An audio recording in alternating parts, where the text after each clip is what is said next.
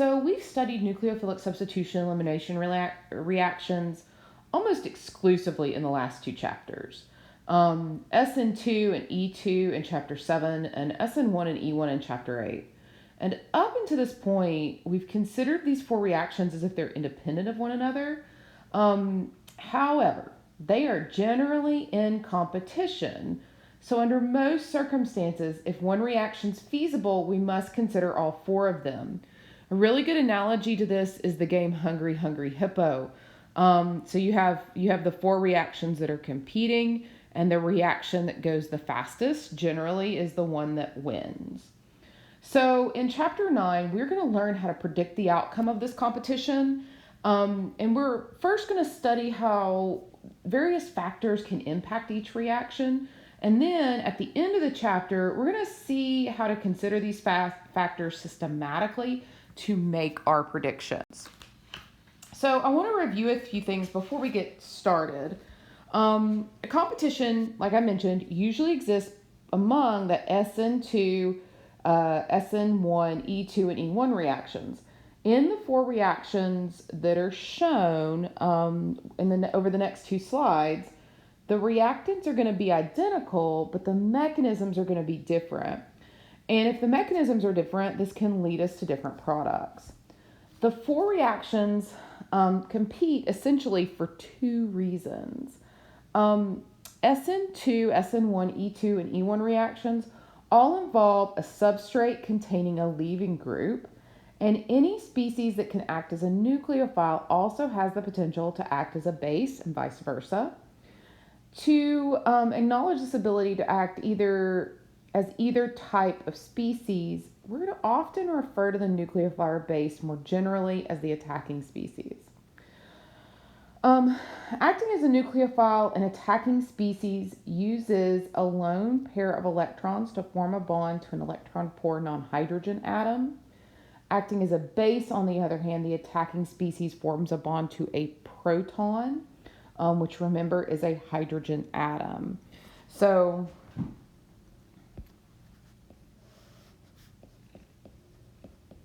right? And so that's the big difference. So when we say something is a nucleophile, right, it's going to form a bond to a non-hydrogen atom. When we say something is a base, it's going to form a bond to a hydrogen atom. This is different linguistically than it's been in the past. So when I first started teaching, this was not the case. And this is something that has developed. So I find that to be interesting. So let's look more and dig more into the Sn2 and Sn reactions. I want you to notice the attacking species here is acting as a nucleophile. And so the way that we can identify this as acting as a nucleophile, right, is that the attacking species is using a lone pair of electrons to form a bond to an electron-poor non-hydrogen atom. Right, so we're going to form a bond to the carbon here. We're going to form a bond to the carbon here. So both of these, I want to point out, we are forming a bond to an electron-poor non-hydrogen atom. And so we refer to these as nucleophiles. Now, let's look at elimination reactions. Notice the attacking species here acts as a base in elimination reactions. I want you to remember when an attacking species acts as a base, right, it's going to form a bond to a proton.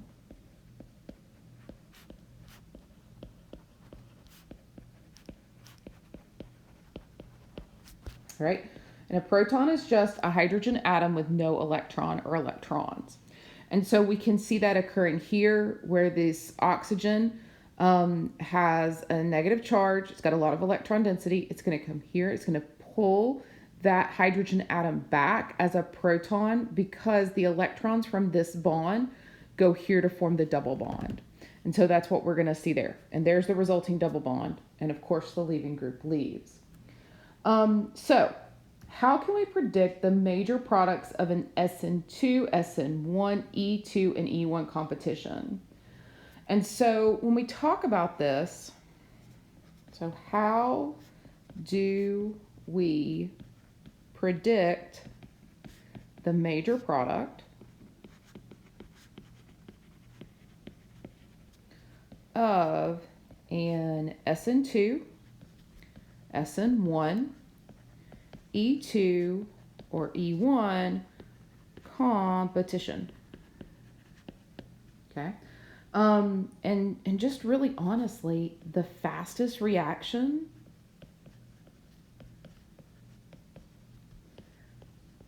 leads to the major product. So when we talk about this, I'm going to say this happens faster than this. That means that mechanism will be predominant. So the faster the reaction, that's going to be the predominant mechanism that we're going to see. Now, as it turns out, there are a variety of factors that control the rates of these reactions. Some of these factors are dictated by the identities of the attacking species in the substrate, while other factors can be controlled externally by doing things such as choosing a solvent or increasing or decreasing the concentration of an attacking species or changing the temperature. To reliably predict the outcome of competing sets of Sn2, Sn1, E2, and E1 reactions, we need to understand how various factors control these 4 reaction rates. These factors are going to be the topics of section 9.3 through 9.8, which are going to bridge a couple different screencasts. We'll do 9.3 in this screencast. But before we get into 9.3, we need to revisit the rate determining steps of each reaction. I just want to review it before we go on, so that we're really better equipped to navigate the discussion about reaction rates in the sections that follow. So in section 9.2, we are going to just review some things that you already know, but basically just kind of dust off those brain cells.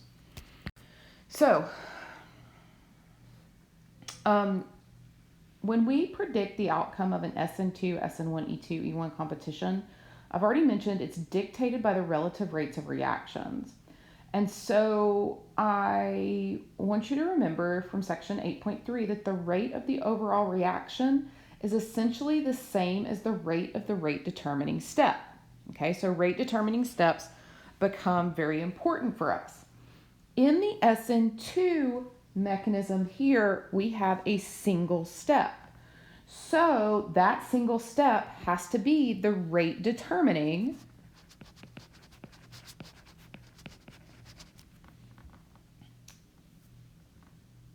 reaction or mechanism, because that's the only one that's there, right? Just honestly, there's one step. That's got to be it. In an Sn1 mechanism, which you see here on the bottom, this has 2 steps. So now we have to make a decision. The first step is the rate determining step here. So this is the rate determining step because forming the carbocation is so difficult.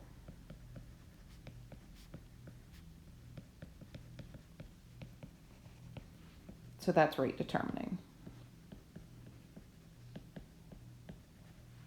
So if you remember back to the last chapter, we used traffic congestion as an analogy for the rate determining step.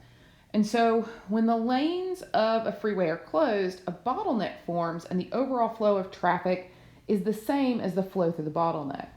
Similarly, an overall reaction rate is the same as the rate of the slow step of the mechanism. So because the nucleophile appears in the rate determining step of an Sn2 reaction, but not the rate determining step of an Sn1 reaction, we view the nucleophile as having different roles in the 2 reactions.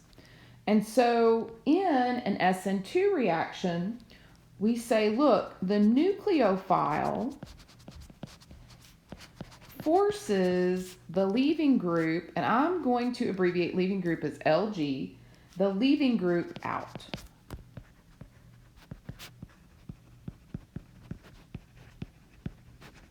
Right? Now, in an Sn1 reaction, the nucleophile waits until the leaving group has left.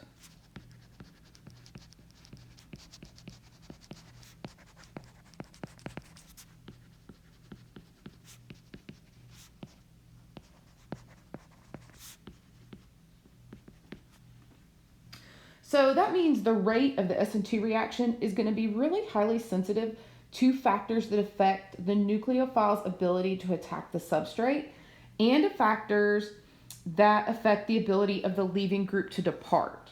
Okay, so this Sn2 reaction here, because of this, is going to be really sensitive. Let me try to spell sensitive correctly. To factors that affect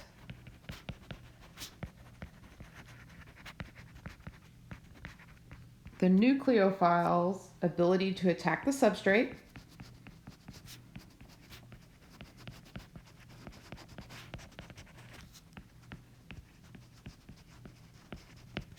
right? And factors that affect the ability of the leaving group to depart. Factors that affect leaving group departure. Right? Now, the rate of an Sn1 reaction, on the other hand, is highly sensitive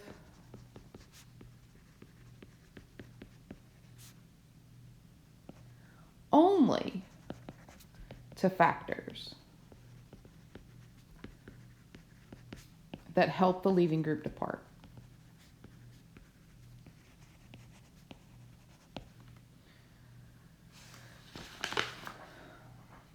So, we've looked at Sn2 and Sn1 reactions. Now let's look at E2 and E1 reactions.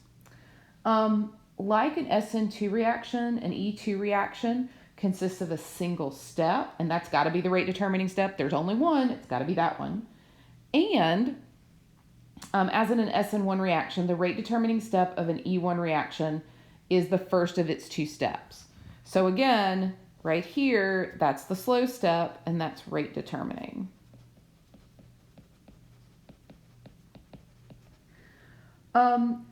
Here we're dealing with bases though. So again, because the base appears in the rate determining step of an E2 reaction, but not an E1 reaction, we can view the base as having different roles in the two reactions.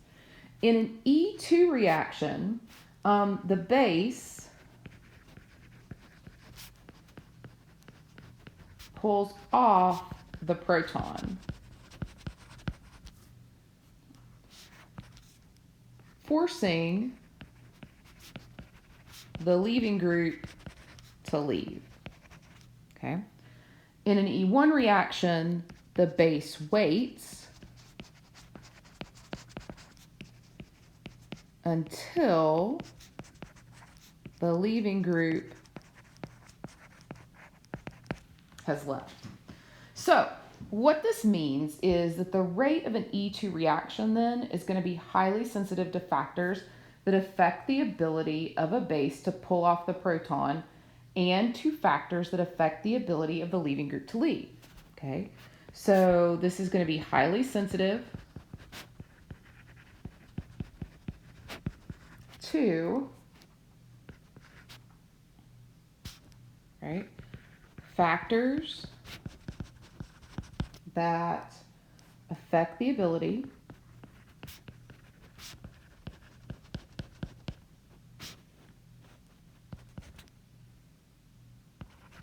of the base to pull off the proton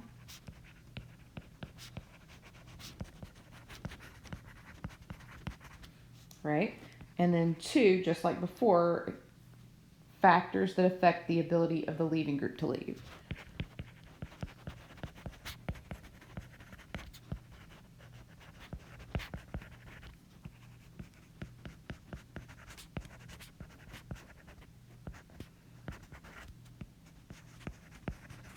Okay, now, like the Sn2 reaction, the E rate of an E1 reaction is highly sensitive only to factors that help the leaving group depart.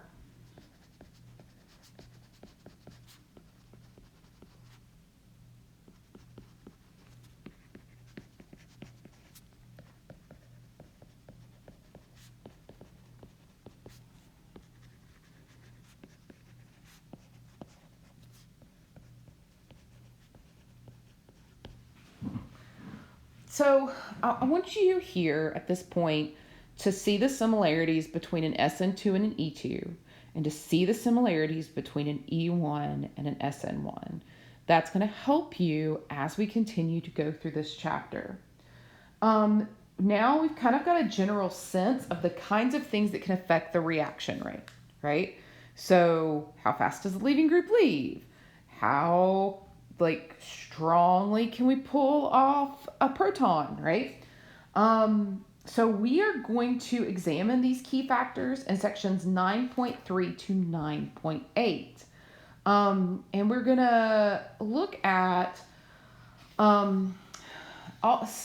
towards the end, all the factors together and present a strategy for predicting the major product between an Sn2, Sn1, E2, and E1 competition. Now, let me say this. Do not get overwhelmed. I'm going to have a step-by-step guide for you, and we're going to work on this in class. Okay, so don't get terribly overwhelmed with it. And like I said, we'll have a step-by-step handout, and we'll work on this. So let's jump into kind of our first factor, which is the strength of the attacking species. So because an Sn2, Sn1, E2, and E1 reactions are all sensitive to the attacking species in different ways, the identity of the attacking species does play a major role in the outcome of this competition. Table 9.1 shown here lists Sn2 reaction rates for different nucleophiles attacking CH3I in the solvent DMF, which when we talk about DMF, that is N-dimethyl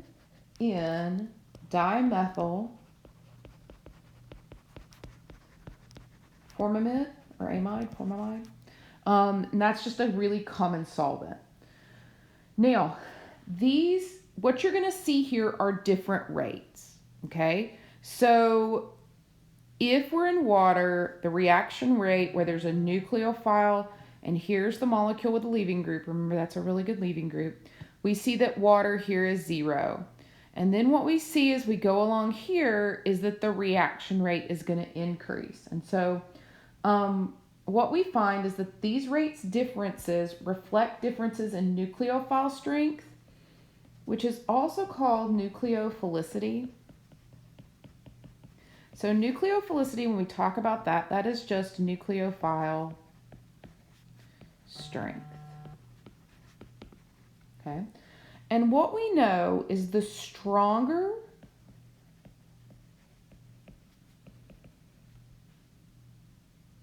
the nucleophile, the faster the Sn2 reaction. Now remember, this is like Hungry Hungry Hippo, where the fastest reaction wins, okay? So if we have a really, really strong nucleophile, that speeds up the Sn2 reaction. A few things here. Notice the relative nucleophilicities of bromine, chlorine, and Nc- are 1, 2, and 250 respectively. We know a smaller energy barrier leads to a faster reaction, right? A smaller energy barrier.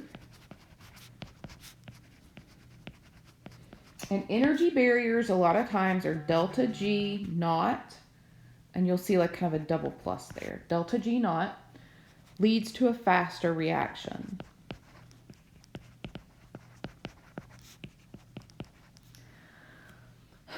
Another way to say a reaction's faster is to say it's got a smaller energy barrier.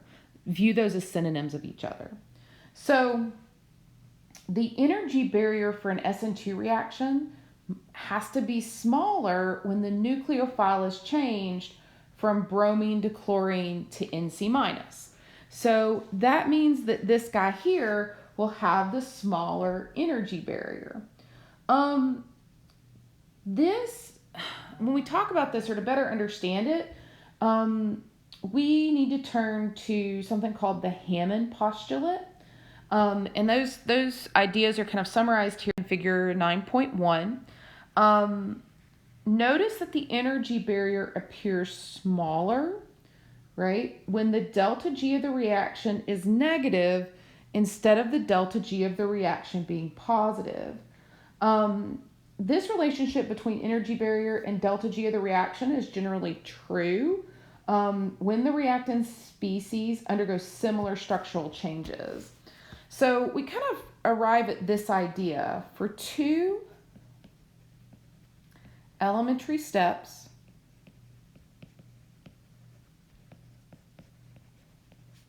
that are the same type.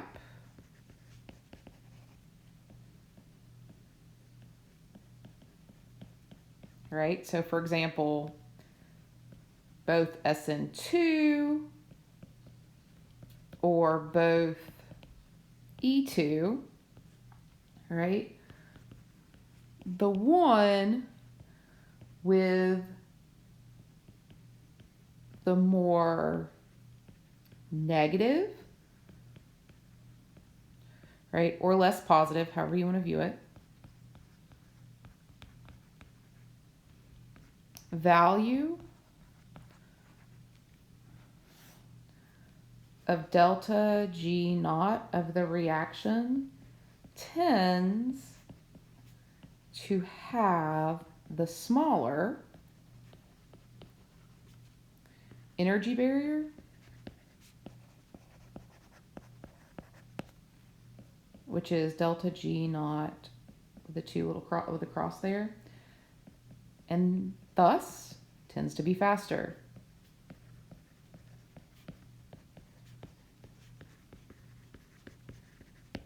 Okay.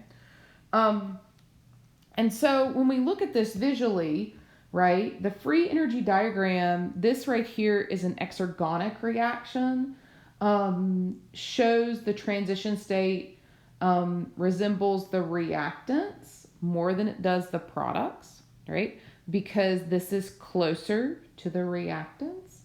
The free energy diagram for the endergonic reaction here in B shows the transition states resemble the products more than the reactants because the kind of peak of this hill is closer to the products.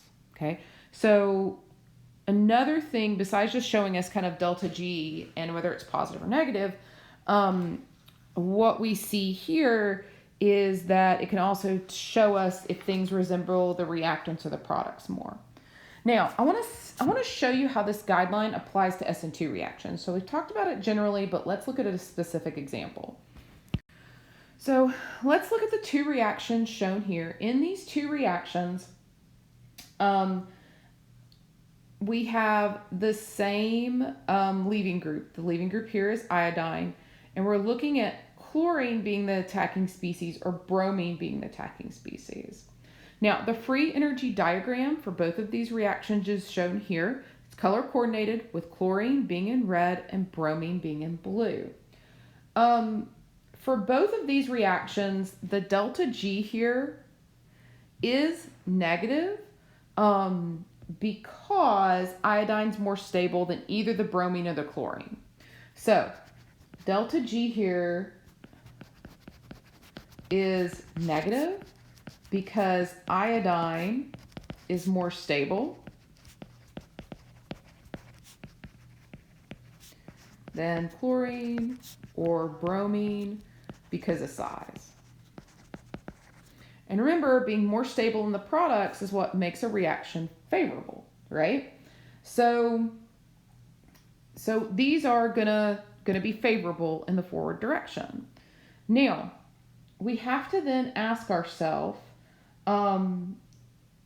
which one of these is going to have the faster rate to figure out which one would be more favored over the other. Okay? And so bromine, right, is going to be larger than chlorine. So bromine is more stable. And this means that because bromine is more stable, it's going to be lower in energy, okay, in the reactants. Now, chlorine then is going to be higher in energy than the reactants, And what we find here is it's going to have a more negative value of delta G of the reaction. Because what we see here is the energy barrier is smaller, and that's that delta G naught plus plus, right? It's smaller. And so it'll end up having a faster rate. And so that agrees with kind of the relative rates that we saw in table 9.1. You can go back and look at that. This also brings up another really important point. Things that are more stable are lower in energy, okay? Iodine obviously has the lowest area here. It's the lowest in energy. Bromine is next and chlorine is next. Because chlorine is higher in energy on the reactant side, it is going to be more reactive because that energy barrier is small. So remember, when we say that things are stable and it increases the reaction or decreases the reaction, that 100% depends on where it is. Is it in the products or is it in the reactants? Now, how does a nucleophile influence the rate of an Sn1 reaction? And so we're going to look kind of at this Sn1 reaction that shown here. Now, in this, both reactions, the substrate here is chloro-diphenyl methane. Okay, so it's got both of these reactions as the substrate, but the nucleophile here changes. One is the thiocyanate ion, right? And then the other is the azide, which is N3- ion. Recall from the table that we showed you earlier, table 9.1, that N3-, that azide ion, is a stronger nucleophile than thiocyanate by a factor of roughly 50. So the rates of the two reactions, though, tend to be the same. And so from this, what we can say is the rate of an Sn1 reaction is independent of the strength of the nucleophile. This should make sense to you because the nucleophile doesn't have any role in the rate determining step of an Sn1 reaction. So we don't worry about it. So in summary, what we can say, right, is that strong nucleophiles tend to favor Sn2 reactions, while weak nucleophiles tend to favor Sn1 reactions. The rate of an Sn2 reaction is going to increase as the strength of the nucleophile increases, right? You can see this here. The rate of an Sn1 reaction basically is the same no matter how strong your nucleophile is. So one of the distinctions that we do need to make is between strong and weak nucleophiles. Now, this is purely empirical. In practice, with all else things being equal, Sn2 reactions are usually favored by nucleophiles bearing a total charge of -1. So look, strong nucleophiles here have a -1 charge, right? Strong nucleophiles, Sn2 reactions. So you could totally memorize this if you wanted, but when I was a student, I was really lazy. I didn't want to memorize all this. I just knew strong nucleophiles had a negative charge and it favored Sn2 reactions. Weak nucleophiles tend to favor Sn1 reactions and they have no charge. So I didn't go through and memorize every single one.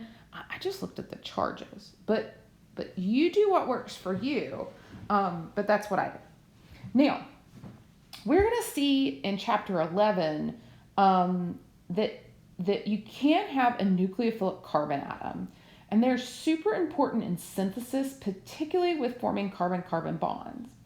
And so that means they're going to be strong nucleophiles because they're going to carry negative charges. And that's what we're referring to here is this R- is going to be a carbon with a negative charge.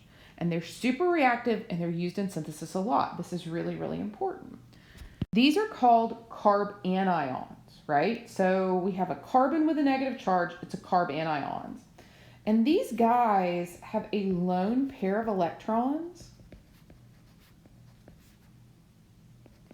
that can be used to form a bond, right? Now, if you have a carbon atom and it is uncharged, it is not considered a nucleophile because it doesn't have a lone pair of electrons. And they're really not generally ever considered electron rich because they're bonded to atoms with comparable electronegativities, right? But once you take that away, that guy again becomes quite nucleophilic. And so this is a very useful tool in our organic chemistry toolbox when we're trying to build large molecules. So, like for example, in a synthesis. So, the burning question in your heart should be, how do we synthesize carbanions? Okay, if they're so robust, if they're so important, they're going to do so many reactions for us later, how do we go through and how do we synthesize these guys?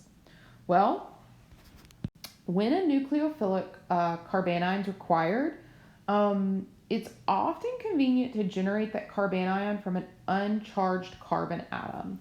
So the simplest way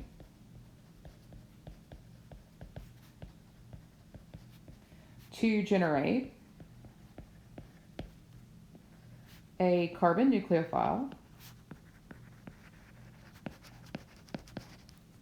is to deprotonate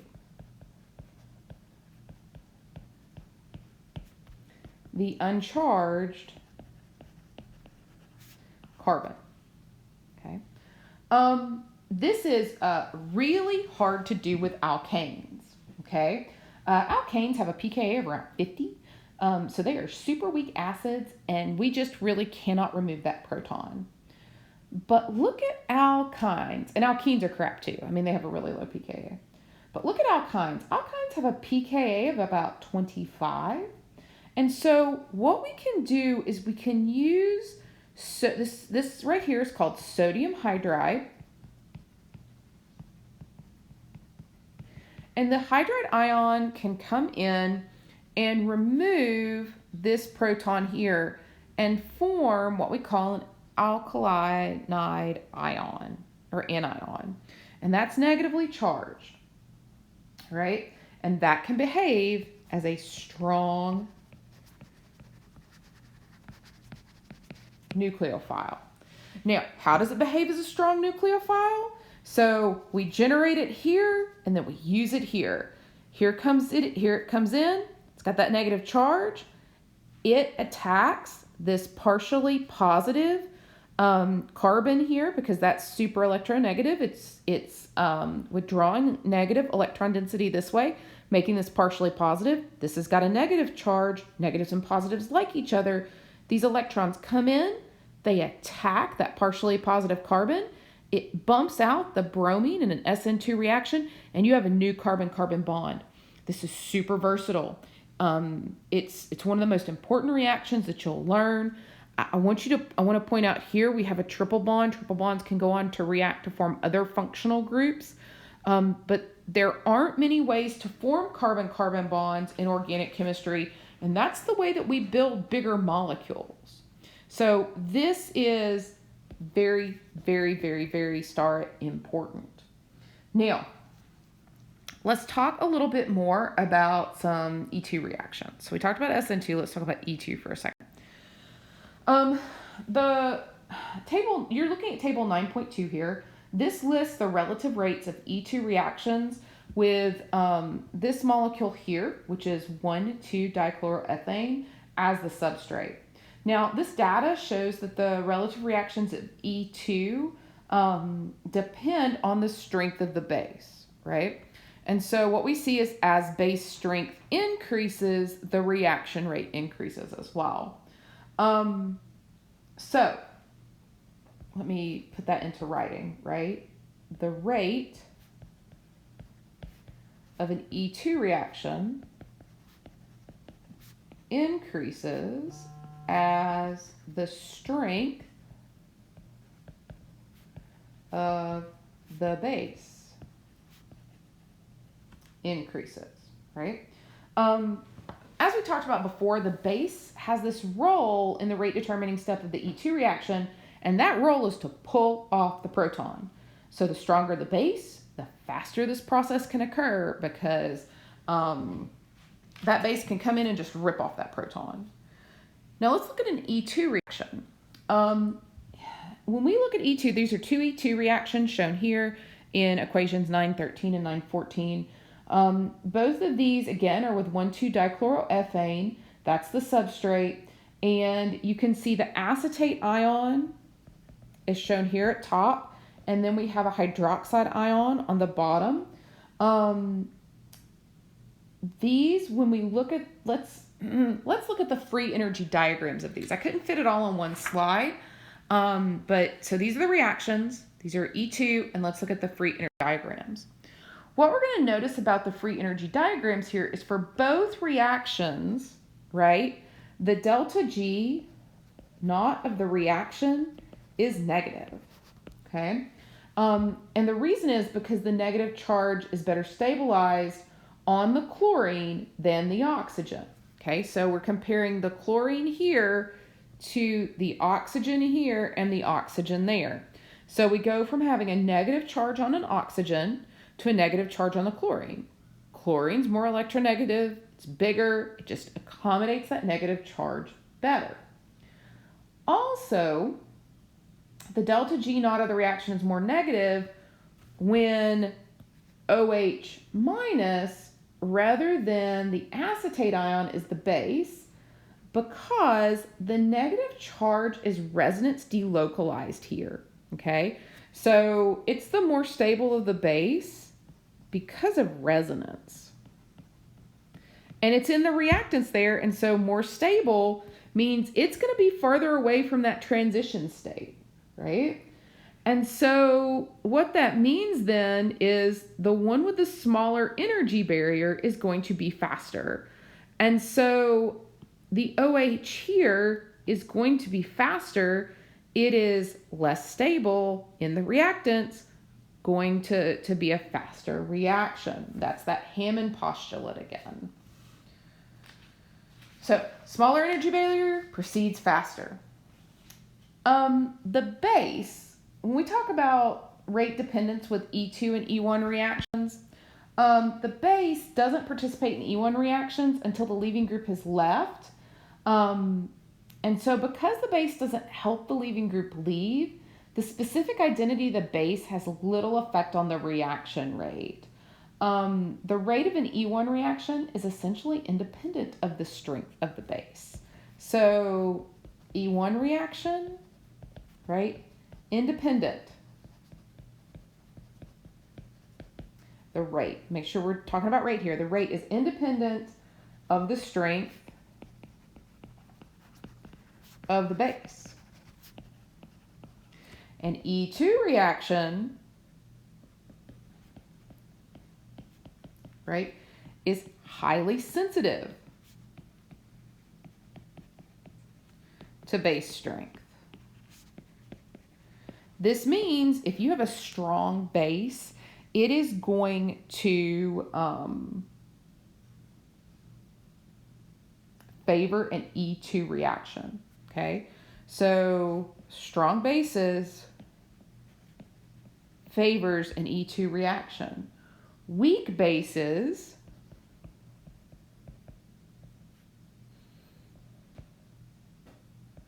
favor an E1 reaction. We define something as being a strong or weak base. Basically, kind of we draw the dividing line here with the OH minus, okay? Now, unfortunately, this is not as beautiful as the nucleophiles, where we can just say something with a negative charge is a strong nucleophile. So my suggestion here is to memorize the strong bases, There's 2, 4, 6 of them. And then assume everything else is a weak base. Okay, so that would be my suggestion for being able to predict whether you're going to see an E1 or an E2 reaction. I apologize if there's a little jump there. I had to pause the recording for just a second. So let's kind of pick up. I want to do an example of like a question you may see. And so here's the question. Is the phenoxide anion, which is C6H5O, a strong base or a weak base? Will it tend to favor the E1 or E2 mechanism? Well, when we look at this, a really good way to figure out if something is a strong or weak base is to look at the pKa. So what's the pKa of C6H5OH, the conjugate acid of C6H5O-? And then, of course, how does this compare to the pKa of H2O, which is the conjugate acid of OH-? So H2O, right, has a pKa of 10, and then C6H5OH has a pKa of 14. Okay. Now, if these are not pKas that you would memorize, so you would be given a pKa table if you needed to answer a question like this, but you can also look this up. And so what we then know, right, is that this guy is a stronger acid, right? And so we have to use that information to decide which one is a weaker strong base.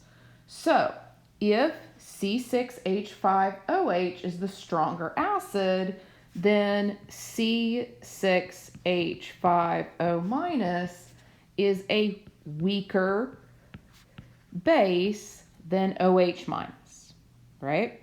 So because it's weaker than OH-, it is classified as a weak base. Okay.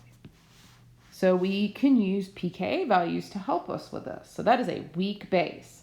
And then we need to ask ourselves, because then that answers the first question, right? It's a weak base right here.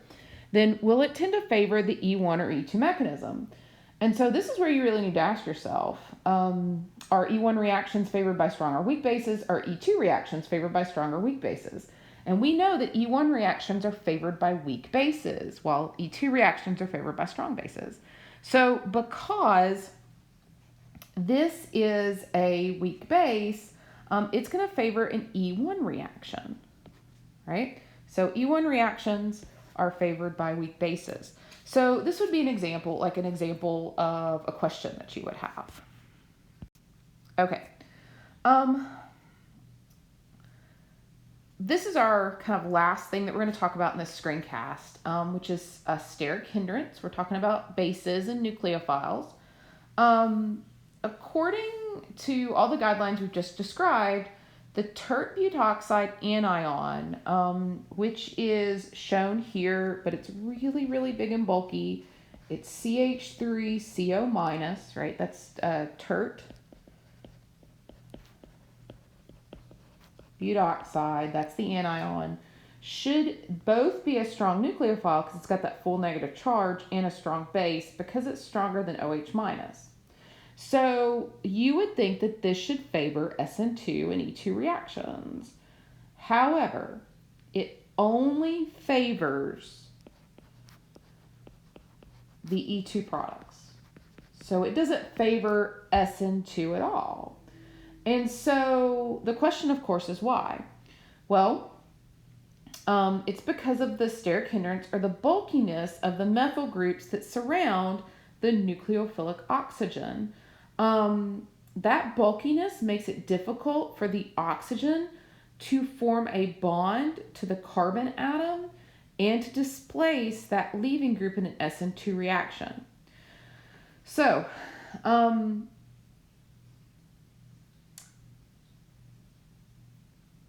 the ability of that tert butoxide anion, though, to act as a base, as shown here, isn't affected by steric hindrance because those protons are really small.